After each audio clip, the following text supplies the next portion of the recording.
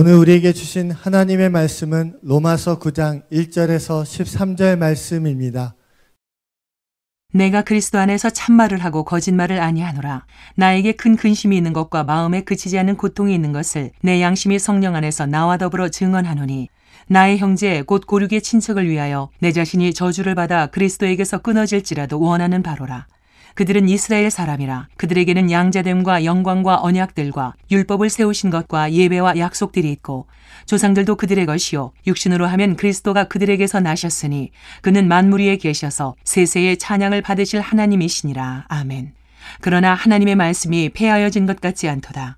이스라엘에게서 난 그들이 다 이스라엘이 아니요 또한 아브라함의 씨가 다 그의 자녀가 아니라 오직 이삭으로부터 난 자라야 내 씨라 불리리라 하셨으니, 곧 육신의 자녀가 하나님의 자녀가 아니요 오직 약속의 자녀가 씨로 여기심을 받느니라. 약속의 말씀은 이것이니, 명년 이때에 내가 이르리니 사라에게 아들이 있으리라 하심이라. 그뿐 아니라 또한 리브가가 우리 조상 이삭 한 사람으로 말미암아 임신하였는데, 그 자식들이 아직 나지도 아니하고 무슨 선이나 악을 행하지 아니한 때에 택하심을 따라 되는 하나님의 뜻이 행위로 말미암지 않고 오직 부르시는 이로 말미암아 서게 하려 하사, 리브가에게 이르시되 큰 자가 어린 자를 섬기리라 하셨나니, 기록된 바 내가 야곱은 사랑하고 에서는 미워하였다 하심과 같으니라. 고등학교 2학년 학생이 하나님 앞에 간절한 기도하는 기도의 제목이 있었습니다. 그것은 자기 어머니가 구원받는 것이었습니다. 그래서 어떻게든 이 학생이 다니는 교회에 부흥회가 있었는데, 이 부흥회 기간에 어머니가 꼭 좀 참석하기를 원하는 그런 마음으로 기도를 했습니다. 그것도 며칠 동안 기도했느냐? 한 40일 정도 매일 새벽에 일어나서 어머니를 놓고 기도했습니다. 마지막 부흥이 끝나는 날, 마지막 날 어머니가 교회에 나왔습니다. 처음 나왔는데 말씀을 너무나 잘 들으시는 거예요.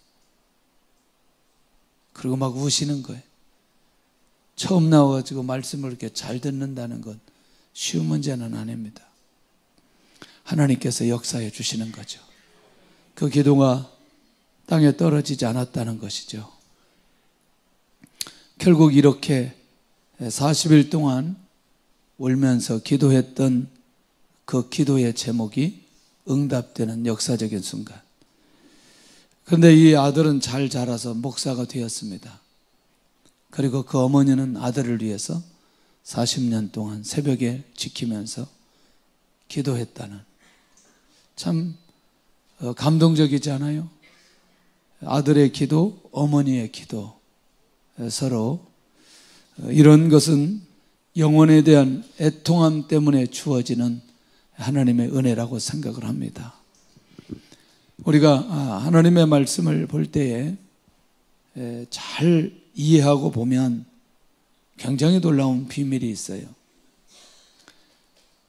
내 상황을 자꾸 하나님의 말씀을 끌어다가 내 스스로 정리하려고 하는 사람보다 하나님의 말씀 앞에선 나의 모습을 발견하고 정리하고 수습하고 가는 게 훨씬 더 지혜롭습니다. 지금껏 우리가 바울 사도가 8장까지 오는 과정 속에 굉장히 놀라운 내용들이 그 안에 있습니다. 그런데 오늘 이제 갑자기 오늘 9장에 와가지고 바울이 애통하는 것부터 시작하는 거예요. 그런데 여러분들 8장까지 뭘 봤냐면 구원받은 성도가 어디까지 성장되고 그 성도는 어떤 기쁨이 있고 어떤 자유의 그 감격이 있는지를 쭉 기록해 왔어요. 막 정점을 찍었어요. 우리 이 로마서 8장 31절에서 39절까지 보면은 아주 뭐 그냥 더 이상 이제 부러울 수 없을 정도의 내용으로 계속해서 그렇게 얘기했어요. 내용을 보니까 대적하는 자들을 대항하여 넉넉히 이길 수 있는 은혜를 성도에게 이미 보장했고 모든 것으로부터 자유하고 이제 구원받은 자는 성화의 삶으로 영화의 삶으로 갈 수 있다는 데까지 완전히 딱 찍어 놓았습니다. 어렵지 않게 딱 찍어 놨어요. 그런데 바울이 애통하는 대상은 이 엄청난 기쁨과 하나님의 사랑과 은혜를 모르고 있는 자기 민족이 떠오르게 되었다는 거예요. 그것도 다른 사람이 아닌 유대인들이. 바울의 진심은 뭐냐? 동족들도 그 은혜를 간절히 누리기를 원하는 마음이 바울 안에 매우 간절하게 있는 거죠. 얼마나 그가 고통이 심했으면 자신 안에 있는 마음의 고통을 성령께서 증언하신다고까지 말할 정도로 자기 안에 이런 엄청난 고통이 그 안에 있었다는 거죠. 그런데 그 고통은 다른 사람도 아니고 바로 그리스도를 배척한 자신의 동족들이라는 게 이게 굉장히 중요한 거였어요. 그래서 그 동족들이 그 민족이 불신앙과 범죄로 인한 슬픔이 사도 바울에게 얼마나 고통스럽게 짓눌려 있는지, 자, 오늘 우리 1절을 한번 같이 보도록 하겠습니다. 시작.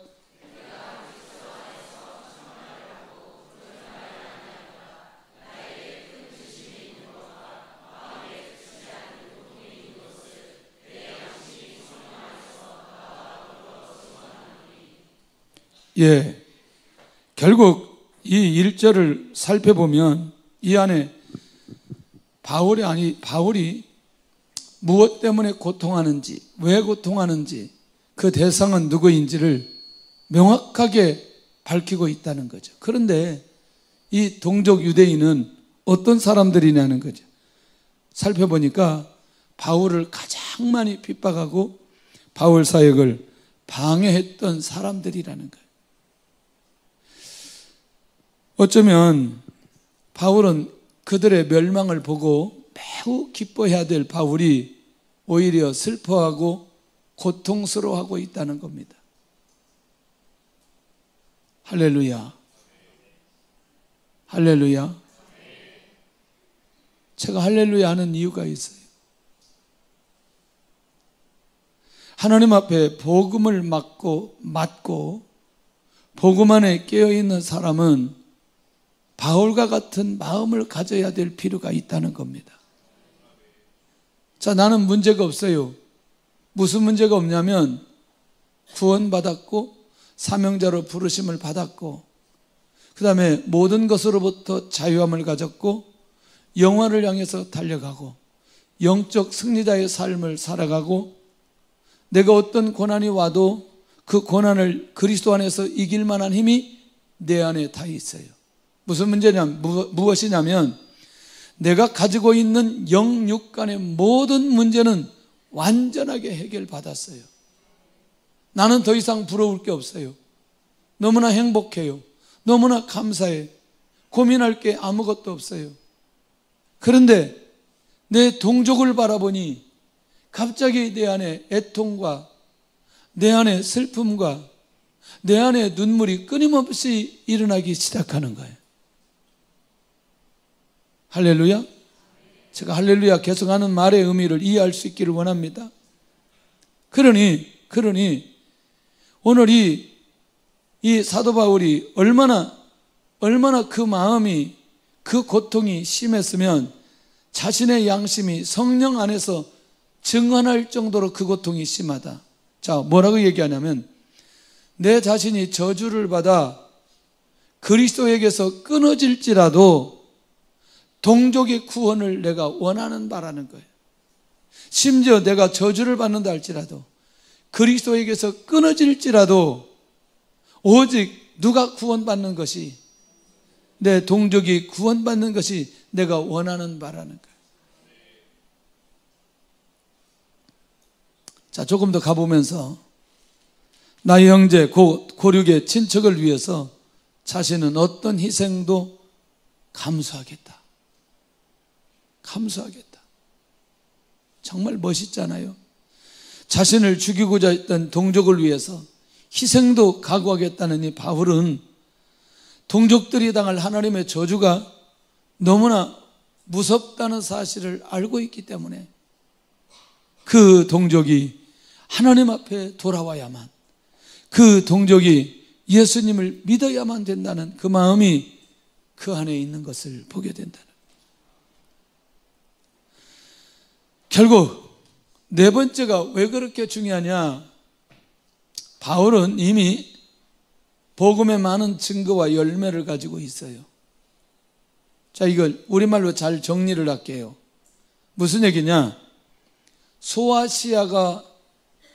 소아시아에 있는 교회들이 세워지고 주께 돌아오고 헌신자들, 사명자들이 일어난 열매를 바울이 이미 보고 있어요. 다시 우리말로 정리한다는 게 무슨 얘기냐면, 나는 이미 예수님을 믿고 다른 사람이 부러워할 정도의 응답과 역사를 경험했어요. 누구도 부럽지 않고 행복한 삶, 행복한 생각, 행복한 환경 속에 내가 살아가고 있어요. 내가 교회 다니면서 교회를 세우는 일에 최선을 다했고, 내 자녀도 어려운 일이었고, 내 집안도 크게 고난이 있지 않고 하나님의 은혜와 축복 가운데 잘 진행되고 있어요. 바울이 가는 곳마다 교회가 세워지고, 바울이 가는 곳마다 영혼이 구원되고, 바울이 가는 곳마다 기적이 일어나고, 바울이 가는 곳마다 열매가 맺혀졌어요. 이것만 해도 하나님 앞에 내세울 수 있는 공로가 매우 많이 있다는 거예요. 예수님 믿고 나니, 내가 교회 안에서 충성하고 나니 하나님께서 은혜를 베풀어 주셔서 진짜 삶 속의 행복함이 무엇인지를 끊임없이 나에게 다 열어주셨어요. 내 개인적으로는 아무런 문제가 없는 이 사도 바울, 그것이 바울의 목적은 아니었다는 겁니다. 수많은 교회들이 일어나고 수많은 사명자들이 일하고 구원받았기 때문에 이제 이 정도면 그 목적을 위해서 달려왔기 때문에, 그 목적이 성취되었기 때문에 더 이상 내가 고민하지 않아도 될, 거기까지 왔던 그것이 바울의 목적이 아니었다는 거예요. 결국 바울은 온 세계 복음화도 일어나야 되지만 궁극적으로 내 동족 유대인들이 하나님 앞에 돌아와야 되는 그것이, 거기까지 가야 된다는 것이 바울이 가지고 있는 마음이었다는 거예요. 할렐루야. 오늘 그런 면에서 하나님, 내가 아무리 많은 응답을 받았어도, 내가 수많은 기적과 하나님의 축복을 경험했어도 역시 지금 바울처럼 하나님 앞에 돌아와야 될 영혼들이 보여지고, 그 영혼들을 놓고 바울처럼 애통하는 마음이 오늘 내 안에 있게 하여 주옵소서. 이런 동일한 마음을 우리도 가져야 될 필요가 있다는 거예요. 왜냐하면 우리가 이 땅에 사는 목적이 하나님 앞에 엄청난 복을 받고 인간의 행복을 누리고 다른 사람이 가지지 못하는 것을 다 가지도록 누리도록 하는 그것만이 우리 인생의 목적이 아니라고 하는 걸 기억한다면, 바울의 그 애통이 오늘 우리에게까지 느껴져서 바울의 그 진심이 나에게까지 전달되어서 나도 바울처럼 그렇게 애통하는 모습으로 하나님의 인도 받아가는 그런 그리스도인이 되게 하여 주옵소서. 그런 모습으로 우리도 살아가야 될 필요가 있다는 거예요. 어쩌면 사도 바울은 더 이상 고민하지 않아도 됩니다. 로마에 가지 않아도 되고, 로마에 있는 교회 성도들을 도전시키지 않아도 되고, 그냥 지금만으로도 그가 헌신하고 충성하는 것만으로도 하나님 앞에 언제든지 상급받을 수 있는 그런 자리에 바울이 있다는 겁니다. 그러나 사도 바울이 오늘 지금까지 일어났던 그 상황을 놓고 만족하지 않고 있다는 사실이 매우 중요하다는 겁니다. 그것은 뭐냐? 바울은 성공을 위한 목적을 위해서 달려온 게 아니고 오직 구원을 위해서 달려가는 자이기 때문에 이렇게 애통하는 마음이 그 안에 있는 것을 보게 된다는 것이죠. 할렐루야. 주의 은혜가 있기를 원합니다.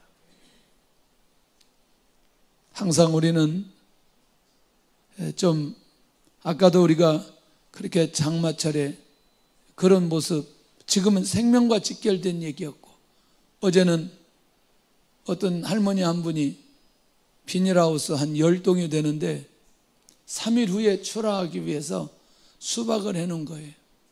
3일만 지나면 수박을 따가지고 이제 판매하려고 계획했는데 물이 차버린 거예요. 그 중에서 그걸 하나를 따가지고 나오는 게 카메라에 찍혔어요.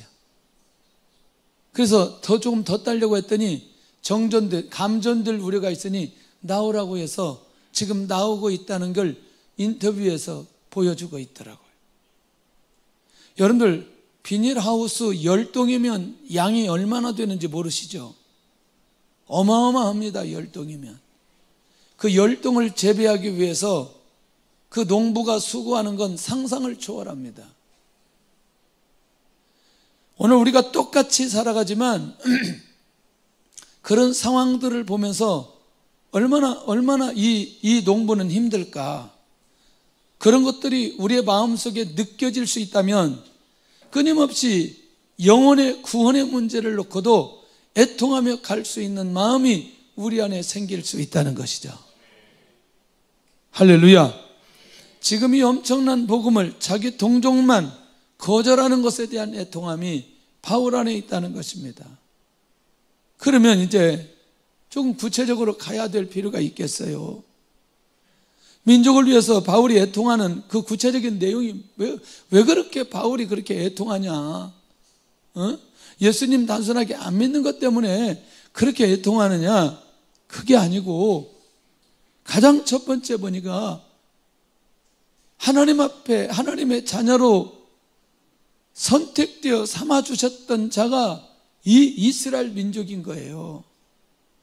이 말이 무슨 말인지 이해되나요? 본문에는 양자로 되었는데요, 원문에는 양자가 아니라 그냥 자녀가입니다. 자녀. 그러니까 하나님께서는 이들을 내 아들 내 장자라고 출애굽기 4장 22절에 말씀해 주셨거든요. 구약 전체에 이스라엘이 하나님의 자녀라는 사실을 계속해서 증언해 주시고 있어요. 하나님의 자녀는 아버지를 절대로 배반하면 안 되는 거죠. 하나님의 자녀는 자녀의 위치에 서 있는 게 맞는 거죠. 하나님의 자녀는 하나님의 계획을 붙들고 있는 게 맞는 거죠. 그러니 선택된 하나님의 자녀 이스라엘 민족이 하나님 앞에 돌아오지 않았다는 사실 자체가 너무나 애통하는 바울의 마음의 한 부분이라는 거죠. 시작.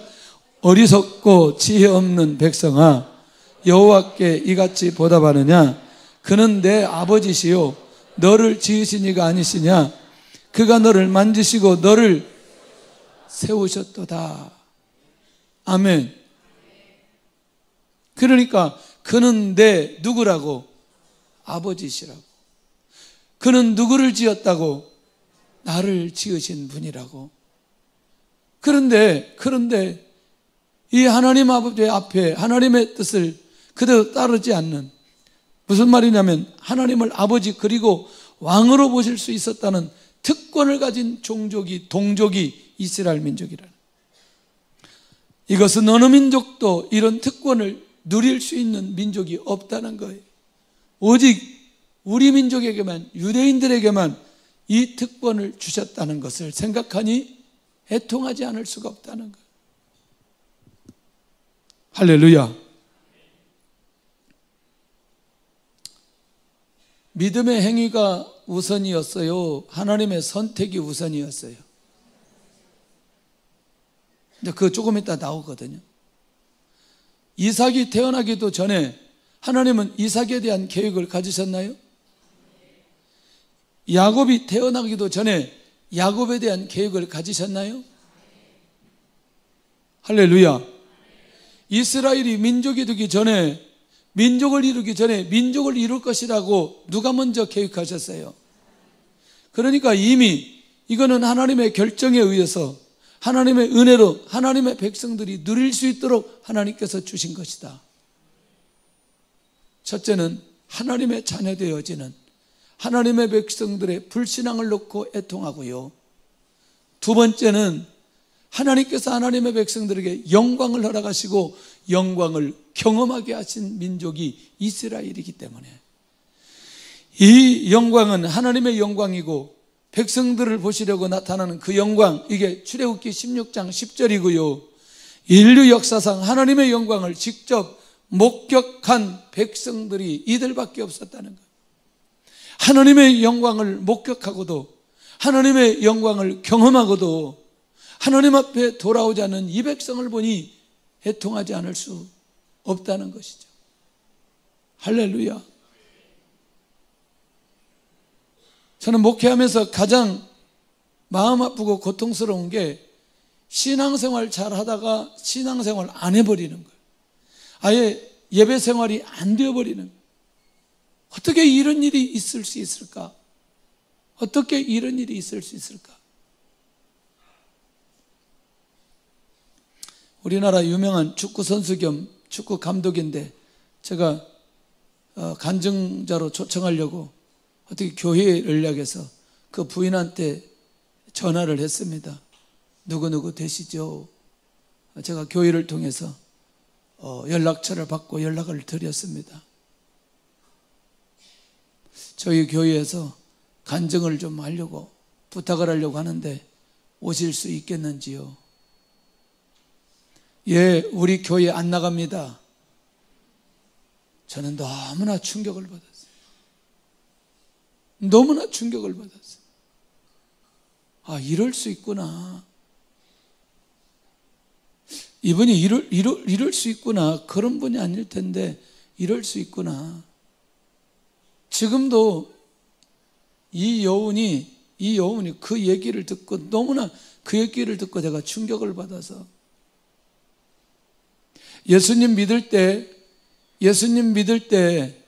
이분을 얼마나 높여주셨는데요. 그 스포츠라는 걸 통해서 얼마나 높여주셨는데요. 그런데 지금은 교회를 안 나간다고. 저는 언젠가는 하나님께서 다시 부르실 줄로 믿습니다. 오늘 혹시 예수님 믿다가 교회 잘 다니다가 이런저런 일 때문에 신앙생활을 하지 않는 사람들이 있다면 이런 엄청난 하나님의 영광을 보고 경험하고 나오지 않는 영혼들이 있다면 우리 애통해야 될 필요가 있다는 겁니다. 바울처럼 이런 마음을 가져야 될 필요가 있습니다. 이런 파격적인 배려에도 불구하고 영광을 보여주신 분을 배척해버린 이 민족을 생각하니 바울이 얼마나 고통스럽고 얼마나 애통한지. 영광을 경험했던 민족이 영광 가운데 거할 수 있는 특권을 거절하는 것을 보면서 더욱더 더 고통스러운 시간으로 가는 이 사도 바울의 이 모습, 저는 그 진심이 오늘 느껴진다면 우리 모두 바울과 같은 마음으로 애통하며 기도하게 될 줄로 믿습니다. 그런데 세 번째는 뭘 주셨느냐? 율법을 주신 거예요. 율법. 하나님의 자녀로 부르심을 받게 하고 영광을 경험하게 하고 율법까지 주셨다는 것. 이게 율법이 뭐냐면 다른 게 아니고 사도 바울이 율법을 얘기할 때는 하나님의 뜻을 알 수 있는 그것을 이 백성들에게 주셨다는 거예요. 그런데 삶의 기준점 속에 삶의 기준점을 삼을 때 기준점이 없을 때 뭘 보면 돼요? 말씀을 보면 돼요. 율법을 보면 돼요. 이게 하나님의 뜻이기 때문에. 이해되시나요? 무엇을 행해야 될지, 멀리 해야 될지, 가까이 해야 될지 구체적으로 제시해 주신 게 율법이라는 거예요. 그러니까 하나님의 뜻을 누구보다도 명확하게 알 수 있는 길을 하나님으로부터 받았던 이 민족이 하나님의 뜻과 상관없이 살아가는 그것이 바울에게 있어서 너무나 고통스러운 거예요. 하나님의 뜻이 무엇인지를 분명하게 보여주셨어요. 알게 해주셨어요. 그런데 이 사람들은 지금 하나님의 뜻과 상관없이 살아가고 있다니까요. 이걸 우리가 느끼고 생각만 해도 만약에 나와 가장 가까워 있는 친구와 친척이, 이웃이, 형제가 만약에 이런 모습으로 살아간다면 우리는 어떤 마음을 가지고 살아가야 될까 있냐는 거예요. 하나님의 뜻이 분명함에도 불구하고 그 뜻과 상관없이 살아가는 동족을 보면서 애통하는 사도 바울. 율법만 주신 게 아니고 영광만 경험하게 하신 게 아니고 자녀로만 선택한 게 아니라 그들에게 언약까지 주셨다는 거예요. 이게 9장 4절에 영광, 율법, 언약 계속해서 이루어지는데 이 언약은 첫째는 홍수 위에 노아에게 주신 언약이 첫 번째 언약을 주셨어요. 두 번째는 아브라함에게 세워주신 민족 이름 복의 언약을 허락해 주셨어요. 계속 유효합니다. 그게 이삭, 야곱, 이스라엘 민족 전체 유효하도록 주셨어요. 세 번째 언약은 시내산에서 하나님께서 모세에게 이스라엘 민족과 체결하신 언약을 주셨어요. 네 번째는 예수 그리스도 안에 있는 새 언약을 주셨어요. 그러니 노아로부터 오늘 예수 그리스도에게까지 그 언약을 받은 민족은 다른 민족이 아니라 이스라엘 민족이라는 거예요. 그 언약을 주시고 그 언약을 이루도록 하게 하신 그 민족, 그 이스라엘 민족이 하나님 앞에 돌아오지 않았다. 주의 은혜가 있기를 원합니다. 이 언약들은 하나님께 직접 사람에게 찾아오셔서 맺어주신 언약이라는. 종종 목회를 하다가 목회를 접어버리는 사람들이 있어요. 이런저런 이유 때문에 또 환경 때문에 또는 재정 때문에 또는 사람 때문에 목회를 접어버리고 목회를 하지 않는, 이럴 수도 있구나, 또 그런 걸 볼 때 너무나 고통스러워.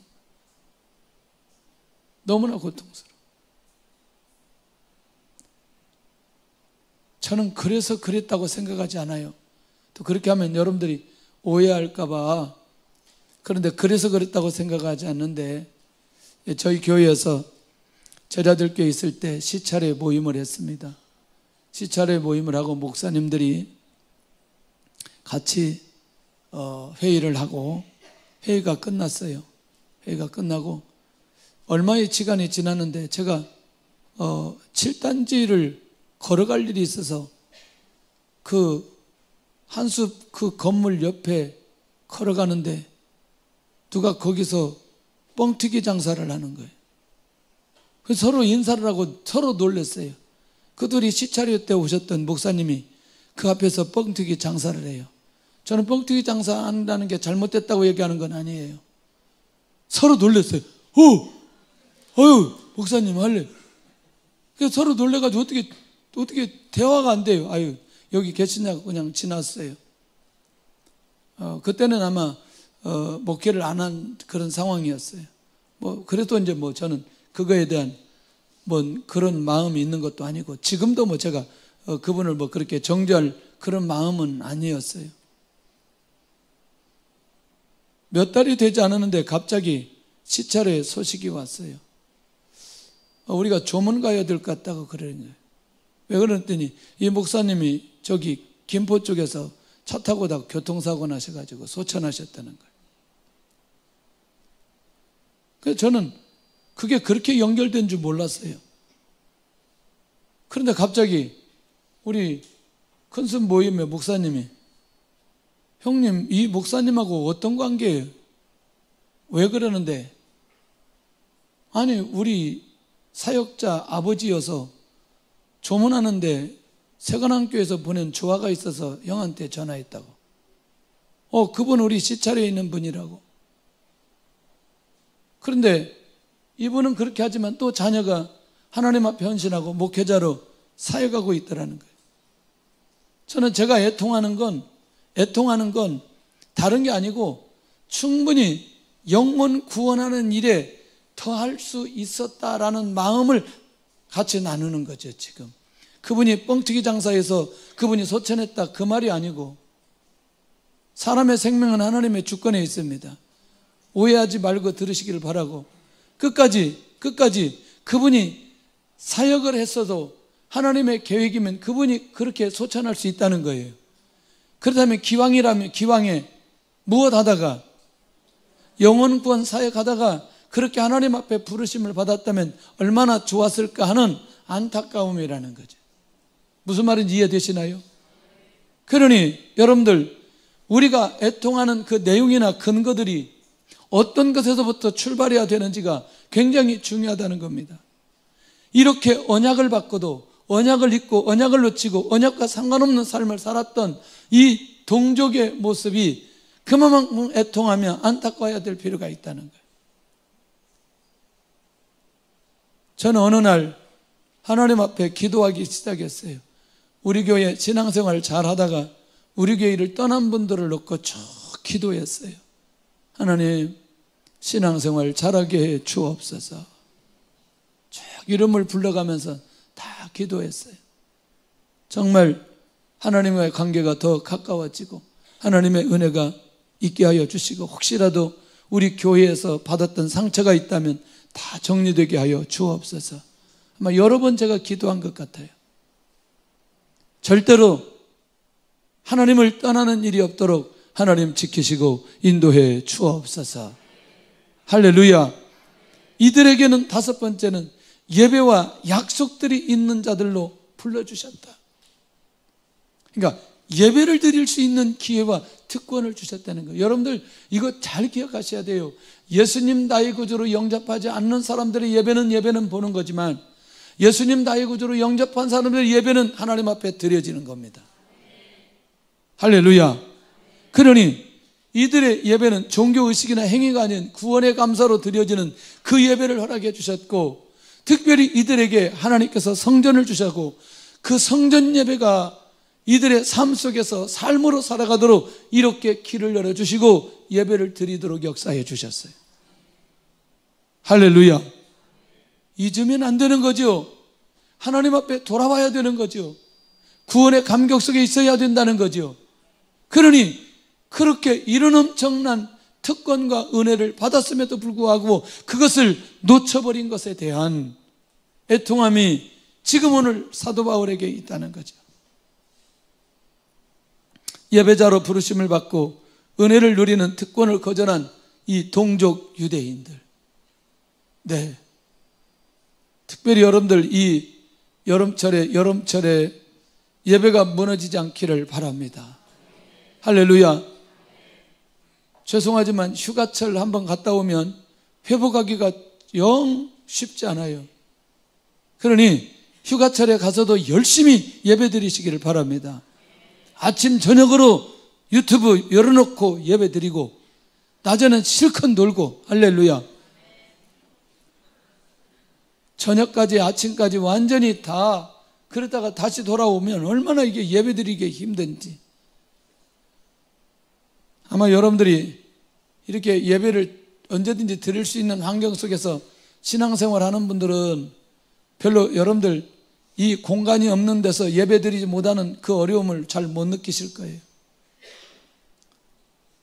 공산권이나 모슬렘권이나 북한이나 이런 나라들이 진짜 가서 예배 드리고 싶어도 예배 드릴 수 없는 그런 환경 속에 있는 곳이 너무나 많이 있어요.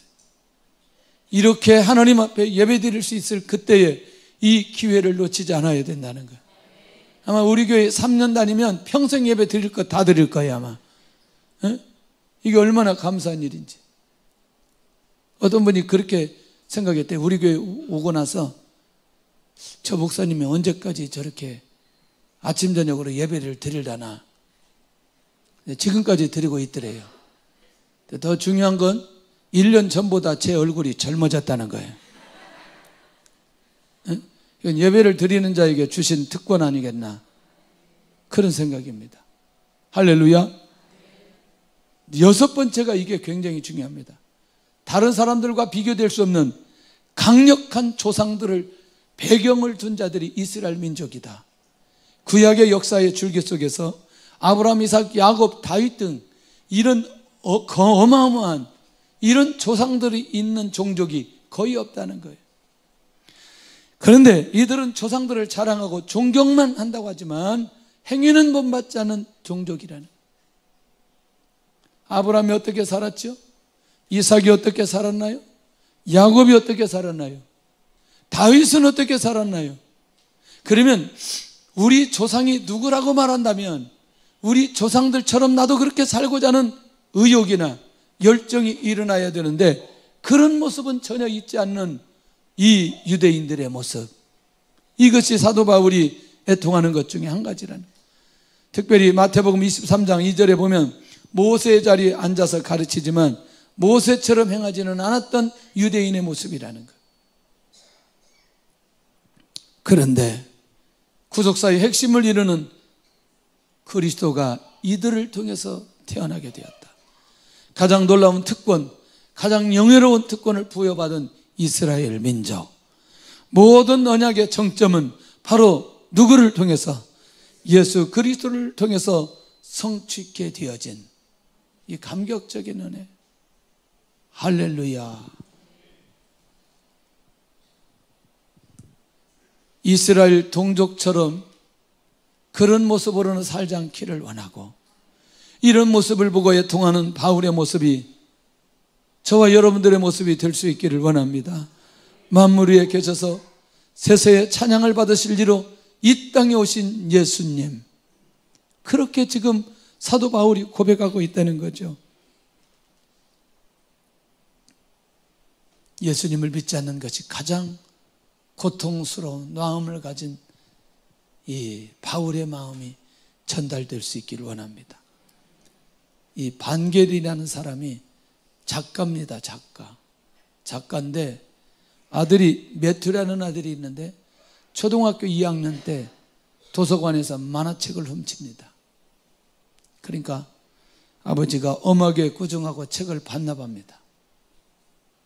근데 이듬해 그 다음에 또다시 훔칩니다. 이건 도둑질입니다. 도둑질. 맞나요? 도둑질. 아버지는 아들을 설저에 불러놓고 5대를 때립니다. 아주 세게 때립니다. 세게 때려요. 그리고 이때부터 이 아들이 도둑질을 끊습니다. 도둑질 하지 않아요. 그날 이후에 다시는 도둑질 하지 않는데, 그 이제 시간이 지나고 나서 엄마가 물어봤어요. 차를 타고 가면서, 매튜야, 너 아빠한테 그렇게 맞고 도둑질을 끊었지? 그러니까 그 아들이 하는 말이, 내가 아버지한테 맞아서 도둑질을 끊은 게 아니고 나를 때리고 밖에 나가서 아버지가 우는 소리를 들었다는 거예요. 이 아들을 때리고 아버지가 밖에 나가서 그렇게 대성통곡하고 눈물을 닦고 다시 방 안에 들어온 아빠의 모습을 보았다는 거예요. 나는 그 아빠의 눈물 때문에 내가 다시는 도둑질하지 않기로 결정했다는 거예요. 뭐가 강했죠? 매보다 뭐가 강했어요? 눈물이 강했다는 거죠.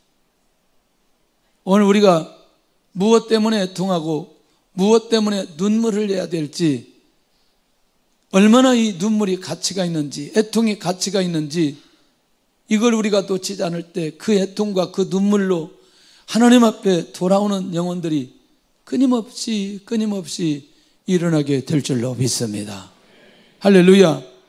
그럼 마지막으로 우리가 이렇게 애통하며 믿음을 가지고 포기하지 않아야 되는데, 이제 애통만 하고 끝나버리면 오늘 너무나 우리가 마음이 어렵고 힘들 것인데, 바울이 6절에 가서 갑자기 전환하기 시작합니다. 유대인의 불신앙으로 이스라엘 민족에게 약속된 언약이 무효가 된 것은 아니다. 이들의 완악함으로 언약이 무효화되지 않고 여전히 유효하다. 언약의 성취는 하나님의 선택된 자들을 통해 이루어지기 때문에 절대로 무효화되지 않고 지금도 그 언약은 유효하다.